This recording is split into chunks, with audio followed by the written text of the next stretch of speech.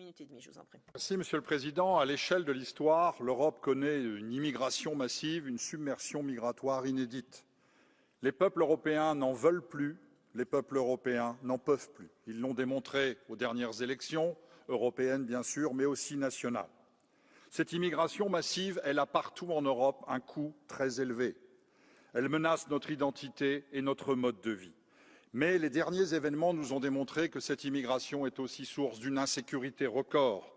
Les atrocités commises par des migrants à Solingen ou en France avec le meurtre ignoble de la petite Philippine nous démontrent qu'il faut cesser cette politique.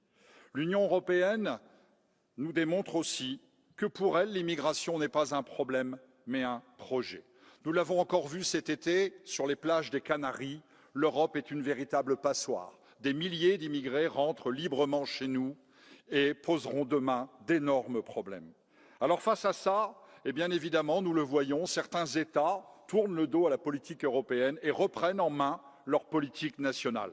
Nous l'avons vu en Allemagne, nous le voyons aussi aux Pays-Bas, nous le voyons en Italie, et ceci est une bonne chose. Cependant, il est temps que le Conseil européen s'empare de ce dossier urgent qu'est cette immigration non contrôlée, voire même imposée. Les peuples européens le demandent, les peuples européens l'exigent.